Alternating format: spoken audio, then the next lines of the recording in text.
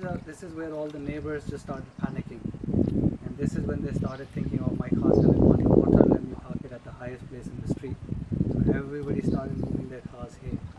My car's here as well. Another guy, he's a car collector, Dodge Viper. The problem we had this time is that the drainage system did not work.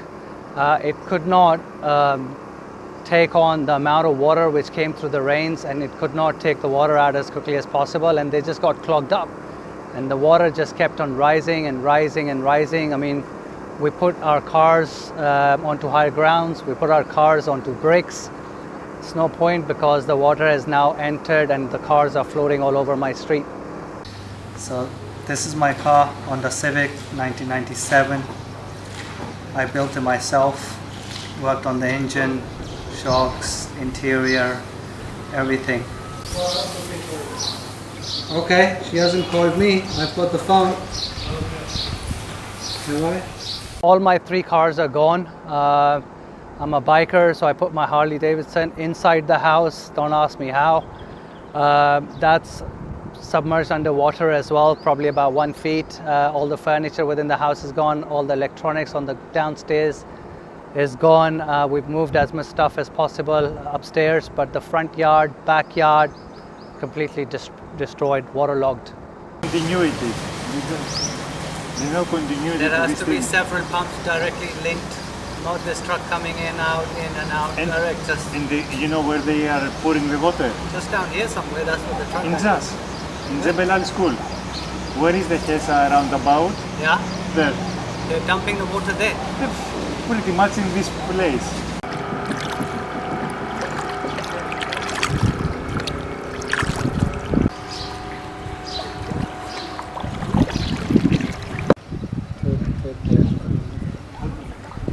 I'm a JDM guy. I literally work day and night for a whole 1 year to build this car by myself with my own hands, everything.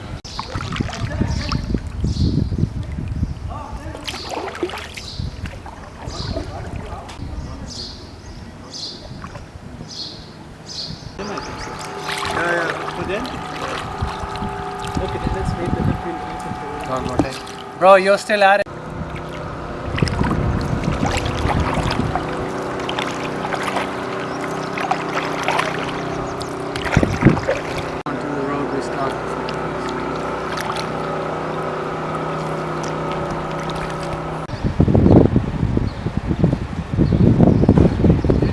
Today has been quite hectic because today is when we have actually evacuated most of the houses. This is where the water has actually started coming in through the drain holes within the houses. The tap water is now sewage water.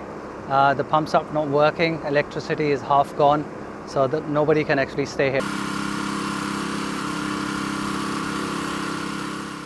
A rare and epic rainstorm pounded the United Arab Emirates on April 16th. The rains were the heaviest experienced by the Gulf state in the 75 years that records have been kept.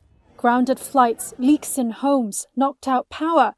The storm brought much of the country to a standstill and caused significant damage. The water level just kept rising. It was coming out of our drainage, basically. Absolutely horrendous. It's the worst I've ever seen it in Dubai. Rainfall is rare in the UAE and elsewhere on the Arabian Peninsula that is typically known for its dry desert climate. So what caused this unusual storm? Questions were raised whether cloud seeding could have caused the heavy rains. It's a process in which chemicals are implanted into clouds to increase rainfall in an environment where water is scarce. The UAE, which is located in one of the hottest and driest regions on Earth, frequently conducts cloud seeding to increase precipitation. But on this occasion, the UAE's meteorology agency told Reuters there were no such operations before the storm.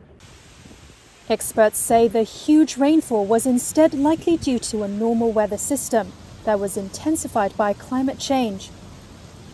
Isra El-Nakbi is a senior forecaster at the UAE government's National Center of Meteorology. It's possible that climate change has an effect, whether direct or indirect.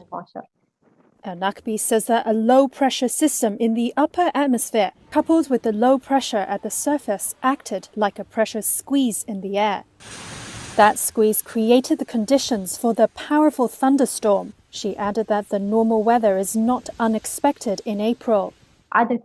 During the month of April, it is common for such events to happen because there are rapid changes in pressure patterns which can lead to extreme weather conditions or rare weather events.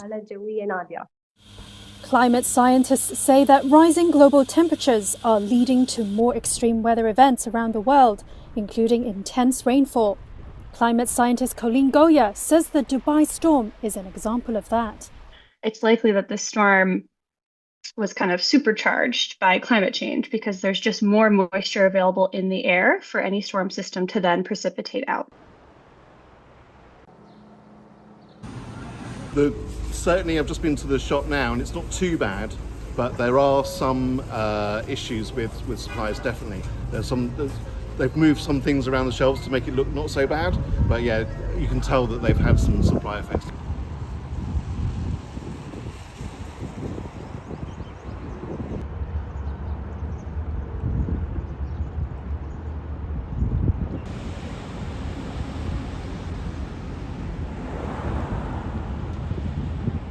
It's absolutely horrendous. It's the worst I've ever seen it in Dubai. And we've seen some bad storms in the past, but this was like nothing else. It was like an alien invasion.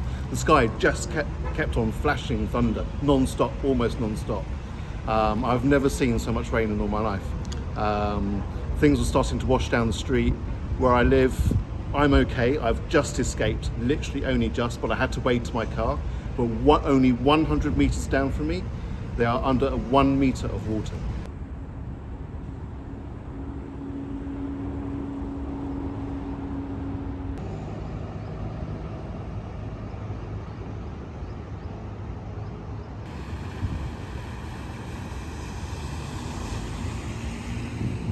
I woke up the other morning to people in kayaks with pet dogs, pet cats, suitcases, all outside my house, because that's where the flood ends. All having to move to hotels. I've got friends who have had to move to hotels. It's a disaster. It's actually a disaster.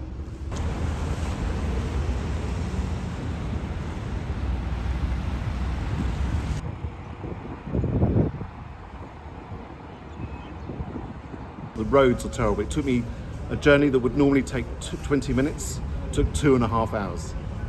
And the thing is, you wouldn't know it. Look, it's sunny, it's really bright, but everywhere is just a disaster zone.